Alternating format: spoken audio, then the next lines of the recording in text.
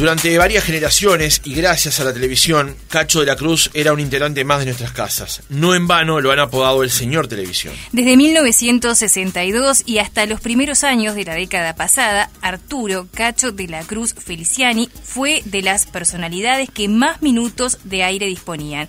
El Show del Mediodía, El Castillo de la Suerte, Loquilandia, Telematch, Cante y Gane, Telecachadas y Dígalo con Mímicas, entre otros, lo convirtieron en una de las caras más conocidas del Uruguay. A los 85 años y ya retirado, es protagonista de un libro con un nombre curioso. Todo esto es mentira. Allí su autor, Joaquín Doldán, busca descubrir una personalidad fuerte, compleja y cercana. Como dice la información de prensa, Cacho es mucho más que un presentador de televisión. Es músico, fonomímico, policía obligado, bohemio, carnavalero, animador, conductor histórico del programa infantil más famoso del país, director, productor, empresario, autor, hijo, esposo, padre, amigo, socio, capocómico de uno de los elencos de mayor permanencia en la pantalla, inmigrante en su tierra, clásico y transgresor, conservador y rebelde. Para conocer más de este libro y de cómo se concretó, recibimos en Otra Mañana a Joaquín Doldán, escritor, dramaturgo, conductor de televisión y también de radio. Joaquín, buenos días, gracias por acompañarnos. Un gusto estar acá con ustedes, muchas gracias por invitarme. La primera pregunta obvia sería cómo se gestó el libro, eso que nos dicen más o menos en el periodismo por dónde tenemos que ir. Claro. Pero yo te quiero preguntar, ¿cómo fue para vos encontrarte con Cacho de la Cruz? Para aquel que nosotros, los que tenemos 40 y tantos, veamos a esa figura que estaba allí en el televisor, claro, permanentemente. Y fue magia absoluta, ¿viste? Cuando yo creo que al final uno tiene que creer en las causalidades, como dicen por ahí, ¿no? Que todo se da, seguramente en otro momento no se hubiera dado. Claro. Si yo te dijera la cantidad de coincidencias que suceden para que se generara ese encuentro, la menor quizá es que yo viví 20 años en España, ¿no? O sea que tenía todo para no cruzarme en mi vida con Cacho de la Cruz, claro, y supuestamente iba a vivir de forma permanente allá. Se dio que volví, se dio que en ese retorno me surge la posibilidad de hacer un programa llamado Memorias del Tablado, que era entrevistar a gente que había estado en carnaval, vinculado, que mi compañero es Daniel Lobo, que trabajó en Canal 12 y que hacía de Pinocho en Cacho Bochinche, y me dice, el primero tiene que ser Cacho de la Cruz, que está lleno de historias de carnaval. Yo hice 30 años de radio, hice como 7, 8 programas de radio, tanto acá como en España, pero jamás había hecho televisión. Me veo en mi primer programa de televisión sentado con Cacho de la Cruz, claro, que para mí era la televisión, ¿no? Como todo, claro, la gente de los 80, de la adolescencia, ¿no? Mi infancia, Cacho Bochinche, la televisión en blanco y negro, yo tengo 52 años. Y me vi en esa situación, conversando efectivamente al principio de carnaval y después del resto del tema medios, que es un tema que aparte a mí me apasiona, y es la persona que más sabe de medios seguramente del país y seguramente del mundo, ¿no? Sabe un montón de medios de comunicación y de comunicación en general, que es un tema que a mí me apasiona. Entonces ahí fue que surgió la posibilidad, y yo creo que a él lo agarré en el momento justo. Seguramente, claro, 2 años antes me hubiera dicho que no. Él me dijo que sí porque como que sintió que era el momento de devolverle a la gente toda esa cantidad de historias que lo dimensionaran, no solamente como lo que vimos en la pantalla, sino como persona, que yo creo que eso era como el gran desafío del libro, ¿no? Esta definición perfecta que ha realizado la gente de fin de siglo con respecto a lo que es el libro y a las múltiples facetas que tiene claro, Cacho de la Cruz y que exploró durante tanto tiempo en pantalla. ¿Vos lograste descubrir quién es Cacho de la Cruz? Yo creo que sí, se dio, aparte de un desafío que yo me había puesto, era como una condición para que el libro existiera. Yo no quería hacer una entrevista larga. Cacho es un tipo muy entrevistado, yo las vi todas las entrevistas que le hicieron a él, las leí todas, y había muchas anécdotas que sabía que iban a estar en el libro porque él las había contado, anécdotas que a él le gusta mucho, que son muy buenas además. No quería una entrevista larga, tampoco quería un recopilatorio de anécdotas. Me parecía que para que el libro tuviera la profundidad... Tampoco querías una nota alcahueta, dijiste en su momento. No quería, claro. Eso me dijo un crítico literario, una vez leído el libro, me dijo, me gustó que no fuera disculpando la expresión, una chupada de medias. No, porque podía haber sido eso, ¿no? De hecho, en un momento del proceso, mi esposa Fabiana me dice con toda la razón, dice, ¿vos sabés que sos consciente que te estás encariñando? Porque yo siempre contaba cosas, claro, pero el tipo te abre la casa, te abre su corazón, te empieza a contar cosas con toda la confianza del mundo. Es muy difícil no entablar una relación, claro, de amistad. Pero a mí lo que me gustaba de eso era que justamente él me contaba muchas cosas que le habían salido mal, que era un poco lo que yo siempre iba, ¿no? La cantidad de puertas que se le cerraron, la cantidad de programas que no hizo, la cantidad de negocios que le salieron mal, la cantidad de errores que había cometido desde su juventud hasta de grande, las típicas soberbias de juventud, cuando te crees que te la sabes todo, más sos humorista y haces humor sobre algo y el objeto de tu humor te agarra y te dice, vos mirá que le erraste, claro, porque es esto, y vos decís, mirá, ese tipo de dimensiones me parece que eran las más interesantes, y después conocer al Cacho persona, ¿no? Que me parece un desafío porque si bien algunas cosas de la vida de Cacho habían sido públicas, ¿no? Su relación con Laura, los hijos, claro, aparte Maxi está en los medios, o sea, sabemos muchas cosas de él, me parece que conocer la relación de Cacho, cómo es Cacho adentro de su casa, era todo un desafío. Y yo al principio, los primeros apuntes que lo sacaba eran casi clandestinos, ¿no? Yo estaba ahí, lo llamaba al hijo y Cacho con el altavoz nomás, entonces yo escuchaba la conversación y eso te genera como una responsabilidad, ¿no? Decir, bueno, estoy...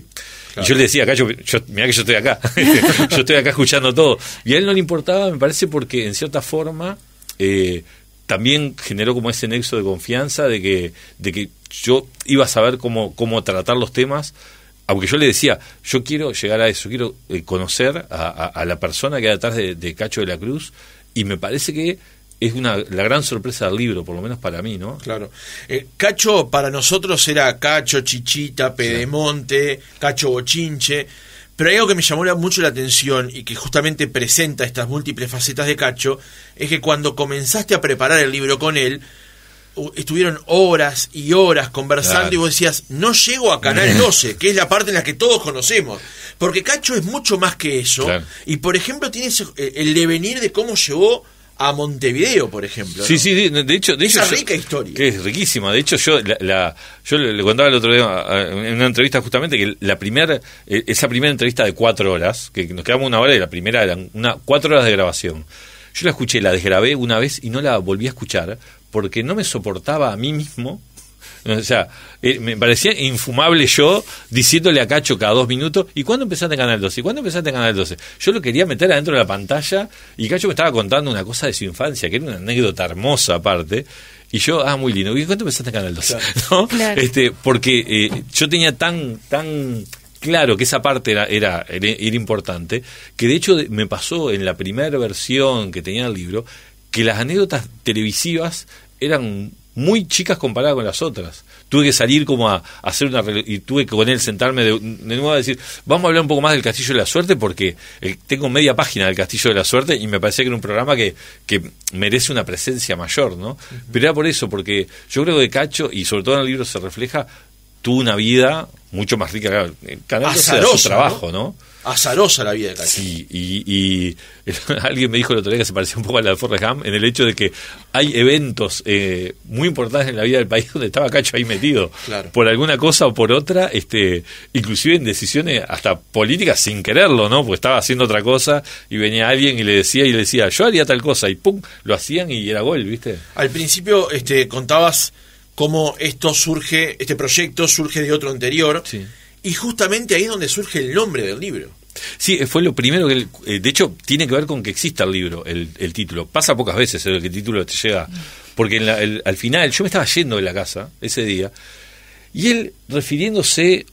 era raro, porque ni siquiera él es consciente de... Yo creo que cuando lo dice... A él le gustó el libro, le gustó el título porque él dice, es que hay cosas que la gente no se va a creer. La gente va a pensar que es mentira. Entonces está bueno el título porque como que me resguarda del hecho de que hay gente que va a pensar que hay cosas que son mentiras. Entonces le gustó por ese lado. Pero yo el otro día le decía, no, pero a mí el título lo elegí por otra cosa. Yo lo elegí porque me parece que literariamente está buenísimo el hecho de que una persona señale a sus premios, señale a sus reconocimientos, a sus discos de oro, a su Florencio. A todo aquello que construyó. Tiene, ¿no?, todo. Y él dice, no, todo esto es mentira. Y no es todo es mentira, es todo esto. O sea que hay algo de verdad. ¿Dónde estaba lo que es de verdad en la vida de una persona que ha estado tan expuesta para todos nosotros? ¿Qué es lo que te queda de verdad después de haber estar en la casa de todos nosotros y después de que tenga a todo el país opinando de cómo sos o cómo no sos, ¿no? Porque también está la parte, la leyenda negra de que el Cacho Bochinche trataba mal a los niños, que te llegan a decir, le pegaba a los niños. Decís, la gente se le va a la cabeza, ¿no? ¿Cómo le pegaba a los niños? No, pero es increíble lo que la gente llega a decir. Y yo tenía claro, yo no quería dejar ningún tema fuera, inclusive eso, ¿no? De analizar un poco por qué se había generado esa especie de leyenda como urbana, una especie de mito atrás de claro. Mito atrás de Cacho de su relación con los niños, ¿no? Bien, Doldán, ¿cómo era más o menos, ya un poquito adelantó en la introducción, pero cómo era el régimen de trabajo y cuánto tiempo llevó finalmente la concreción de todo el libro desde que inició hasta que finalmente lograron a un producto terminado? Y fue como 2 años y pico. Empezamos antes de la pandemia, ¿no? Eso te digo todo. Es cierto que nos atravesó la pandemia, que hubo pausas ahí, hablábamos por teléfono, pero claro, eran encuentros presenciales, era en su casa, en su comedor, sentado, él sacó un cuadernito que tenía, yo pensé cada página del cuaderno de una historia, no, cada línea, él decía, y eran... O sea, la línea del disparador, digamos. La línea decía, yo qué sé, brusqueta a la olla, entonces me contaba toda la historia de cómo empezaban las brusquetas en la olla, que era un cocinero italiano que en realidad era actor porno, eran todas así la historia, ¿no? O sea, abrían unas puertas que era impresionante, cada línea, entonces claro, cuando iba por la 3ª página y habían pasado 3 meses, yo digo, yo voy a estar acá el resto de mi vida, claro. Yo voy a envejecer construyendo este libro, intentando llegar al final. Y fue mágico el día, 2 años después, porque tenía otro aparte, cuando terminó ese libro sacó otro, dijo, ¿para qué tengo otro? Digo, no termino más. Y cuando llegamos a la última página, y él lo apartó y me miró y dice, bueno, yo creo que ya está. Dije, Cacho, que te voy a dar un abrazo, no pensé que iba a llegar nunca este día. Y fue curioso porque no fue el último día, al contrario, después encontramos unas cajas con unos recortes y estuvimos hablando de los recortes de las fotos, que es para hacer un documental, ¿no? Un patrimonio invaluable lo que hay ahí. Merece una serie de Netflix, la vida de Cacho, porque es increíble el archivo que tiene, fotográfico, histórico, aparte algunas historias que nosotros, un criterio que sí medio que tuvimos, luego pactamos, cuando la historia involucraban demasiado a terceras personas, que él estaba ahí, pero capaz que el centro de la historia no era él, tratamos de no, capaz que la mencionábamos, pero no la contábamos a fondo. Entonces fue un proceso extremadamente largo.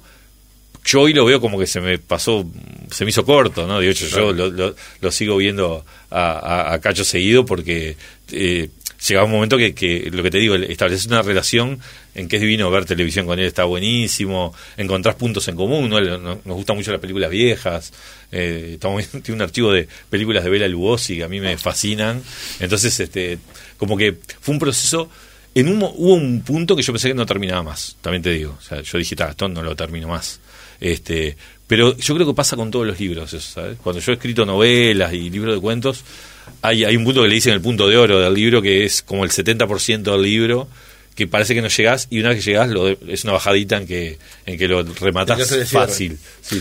¿Quién fue Alejandro Trota en la vida de Cacho de la Cruz? ¿Y cómo administró el duelo de la muerte de Trota? Eso es súper curioso porque habla mucho de cómo es Cacho, ¿sabes? El tema de Trota, habla mucho de cómo es Cacho.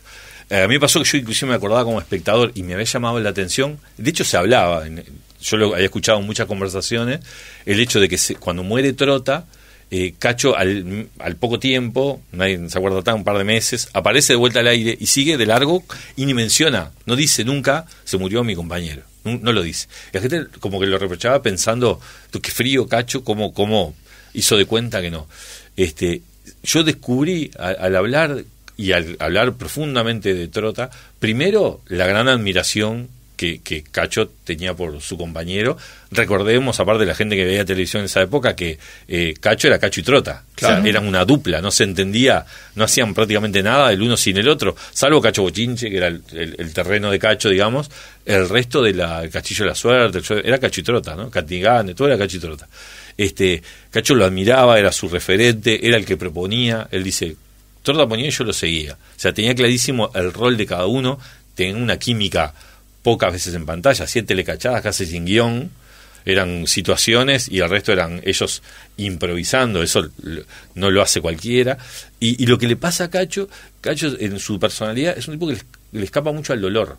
Hay personas, yo en eso también me siento bastante identificado, que no sabemos gestionar muy bien los conflictos, entonces le escapamos cuando se nos presentan, es un defecto que hay que trabajar, pero claro, a veces lo podés y a veces no lo podés hacer, ¿no? Entonces él dice que él no sabía cómo, cuando le pasó lo de Trota, dice que él muchas veces le pasa al día de hoy, que él no se acuerda que Trota no está. Y a mí me pareció muy impactante, o sea, Trota se murió hace 30 años, en el 85 se murió. Y él te está diciendo que a veces hace de cuenta que está. O sea, el mecanismo para huir del dolor, y entonces es como lo contrario a esa frialdad que uno parece. Dice que a mí yo no sabría cómo pararme una pantalla y hablar de una mala noticia, de una desgracia. El loco sabe sonreír, sabe proponer juegos, sabe hacer chistes, pero no sabe hablar de cosas tristes. Es una persona y el libro tiene episodios, pues yo cuando me dijo eso fui a buscar los episodios tristes. Digo, ¿cuál es el momento? Yo quiero hablar de los momentos más tristes de tu vida para tenerlo, porque yo necesito ver eso contigo, ¿no? Y él, por ejemplo, el episodio de cuando fallece su hermana, su única hermana, te das cuenta del dolor de la persona cuando te lo relata, ¿no? Y los que yo perdí una hermana también, entonces vos sentís decir, que a mí me pasa algo parecido. Qué difícil debe ser trabajar en los medios, que te pase una cosa así y tener que pararte en un micrófono y hacer de cuenta, porque hasta qué punto ahora se usa más, ¿no? Ahora es bastante común. Yo lo hice en España, yo hacía un programa de diálogos comanches, lo hacía con un compañero, con un amigo, un compañero, un hermano casi, Felipe Castro, y falleció. Y yo tuve una semana que no pude, tuve que volver, la radio me dijo, mira, volvé. Y hice un programa hablando de él y lloré al aire. Y, claro, es otra época, ¿viste? Y yo después dije, yo esto no lo puedo hacer. Yo no lo... Hubiera hecho lo que hizo Cacho, que es hacer un programa hablando de cumbia, no importa, ¿entendés? Pero no meterme en el tema del dolor. Es un mecanismo que Cacho tenía profesional, digamos, y que lo resguardaba, y que nosotros lo que vimos, que por eso yo a veces digo que cruel es la gente con la gente que está expuesta, ¿no? Fíjate que en esos 40 años, que nosotros siempre lo vimos en la televisión sonriendo y haciendo juegos de Cacho Bochinche, en esos 40 años él perdió a la mamá, el papá, la hermana, se separó, se volvió a casar, tuvo hijos, y nosotros lo veíamos siempre igual.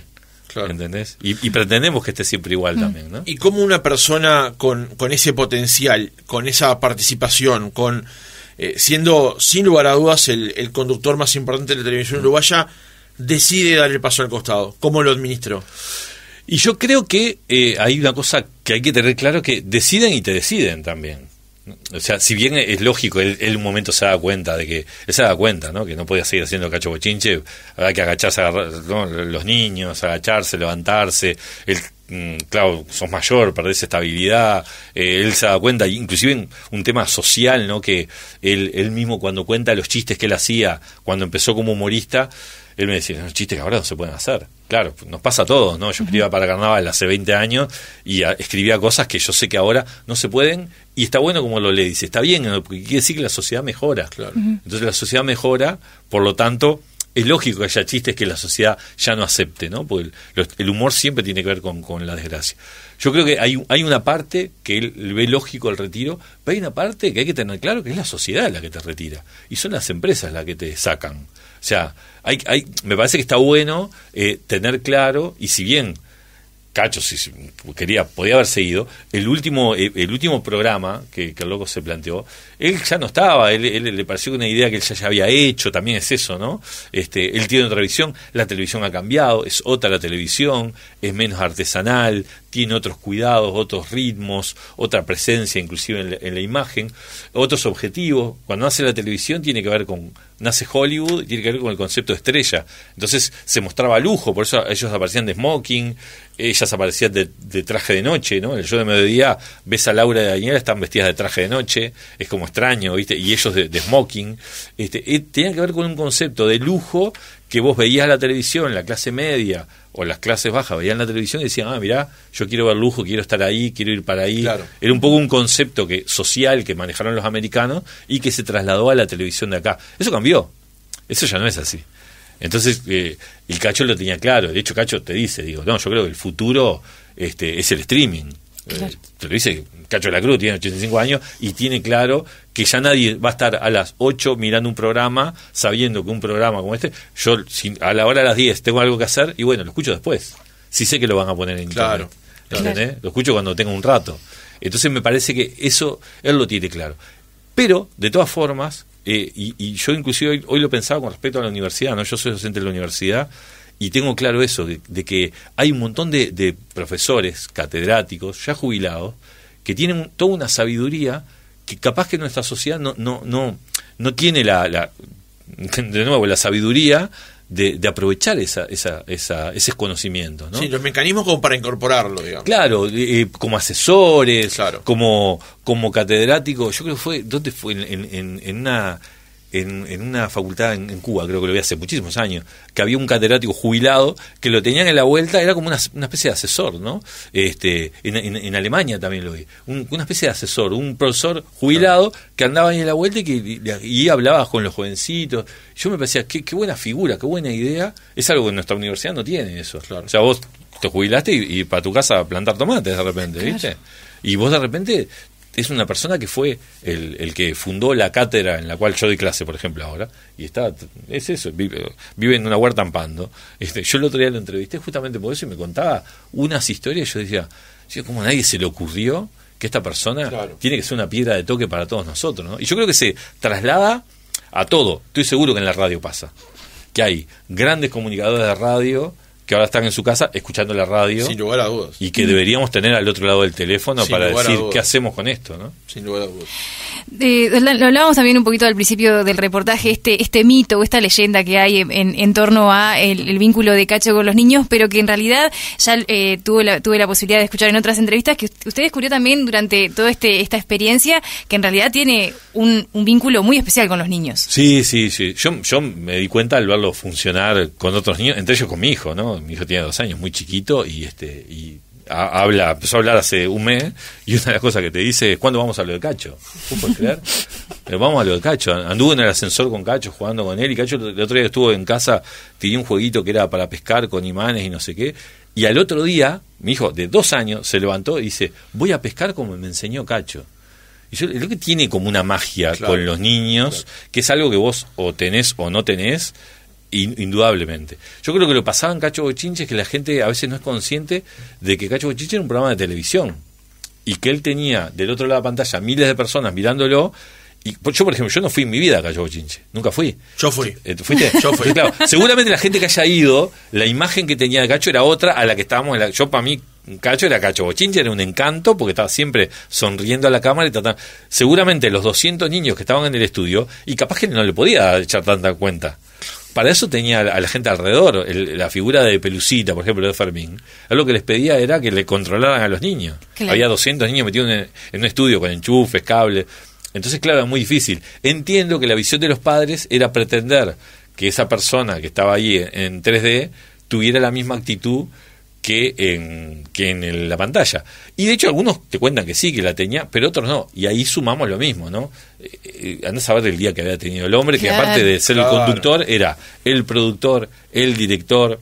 Él igual no lo vio con excusa. Él dice, claro, yo capaz que podría haber estado como más concentrado y yo trataba, dice, yo hacía lo que podía. Pero en los cortes, claro, me venían los asistentes a decir, un programa en vivo aparte, ¿no? Imagínense, no era una cosa claro, grabada que se podía editar ante un error o ante un tropezón de un chiquinín que se lastimara, ¿no? Que era algo aparte, yo me he dado cuenta de eso. Cacho es muy rayado, se dice en España, no sé el término acá. Está siempre como muy preocupado de que el niño se haga daño. Le pasa a mi hijo caminaba delante de la estufa y decía, cuidado, digo, Cacho, relájate, no se cayó jamás para dentro de la estufa, no le va a pasar hoy. Pero es como que está siempre con un radar puesto de que, de hecho probaba con sus hijos los juegos, ¿no? Porque tenía miedo de que había alguno que el palo enjabonado se cayera y se lastimara. O sea, era como muy rayado con eso. Y su personal, eso me lo había contado Daniel Lobo antes de conocer a Cacho, tenía una orden estricta de no tocar a los niños. No pueden tocar a los niños. No podían tocarlos, o sea, era todo tratar de controlar esa masa, claro, sin tocarlo por el hecho de un empujón sin querer o tocarlo y que algún padre se molestara. Cacho era un tipo que tenía en aquellos momentos ya mucha visión con respecto a las Chinchín, por ejemplo, ensayaban con Laura y él, que eso se puede entender también como una cosa, capaz que algunas madres de una Chinchín dice, a Cacho no nos hablaba. Y él era a propósito, él quería que eso se encargara Laura. Él no quería, digamos, generar un roce con alguna de las bailarinas que se pudiera malinterpretar, claro, no era en cierta forma un visionario a capaz que como hay que actuar, ¿no? Capaz que hay que actuar así con ciertos recaudos, ¿no? Joaquín, para cerrar, algo que no es que esté vinculado directamente al libro, pero sí a la vida de Cacho, que son sus hijos, ¿no? Sí. Y bueno, podemos hablar de todos ellos. Claro. Pero tal vez hoy, y por una nota en El Observador que salió creo que hace 2 semanas o 3, sobre Maxi, el momento que vive Maxi, al punto que hoy Maxi, el primer consejero que tiene, no son los productores del canal, que según son muy buenos, sino es el padre. Claro. Que Maxi sigue al pie de la letra lo que el padre le dice. Maxi tiene claro esto que yo te estaba diciendo. O sea, Maxi tiene el privilegio de que Cacho la agarre y dice, mira, tal cosa. Y tiene razón. Yo haría lo que la vez pasada contó en esa entrevista que citaba, que creo que fue una transmisión de UNICEF o algo por el estilo, que ocurrió algo en una pausa. Cacho lo estaba viendo, lo llamó, creo que era algo en una campera, un buzo, no me acuerdo. Sacate la campera. Y lo corrigió. Y salió y le hace caso. Claro, eso es algo fantástico, que a veces los hijos, hay que tomar nota de lo que hace Maxi. Hay que hacerle caso a los padres, porque es cierto que una vez a los padres lo subestima, ¿no? Sobre todo cuando los padres mayores dicen, este es el viejo, dice, opina, no sé qué. Maxi tiene la lucidez de hacerle caso a su padre y por eso le va como le va. Y Cacho lo admira mucho a Maxi, que eso es todo un detalle. Y sabe que le va a ir mejor de lo que le fue a él en determinados terrenos, ¿no? Porque Maxi tiene una beta de actor mucho más desarrollada y más profunda de lo que tuvo Cacho, que capaz que no era tan buen actor, era más comediante, ¿no? Más por otro lado. Maxi no es músico, Cacho sí. Cacho es más como el vínculo con la música más estrecho, que eso lo heredó más tanto Rodrigo como Santiago, en particular Santiago es un pianista. Sí, es muy bueno. No, es una locura como toca ese muchacho y lo bien que le va a ir, ¿no? Va a estudiar, está estudiando composición, dirección de orquesta. Yo le decía como conclusión, lo dije el día de la presentación del libro, que me parece que es lo más lindo, porque uno puede pensar que Cacho fue un padre ausente por la cantidad de horas que trabajaba. Y sin embargo, no solo eso, sino que yo la conclusión a la que llegué digo, ojalá mis hijos, yo tengo 2, ojalá hablen de mí como sus hijos hablan de Cacho. O sea, con ese amor.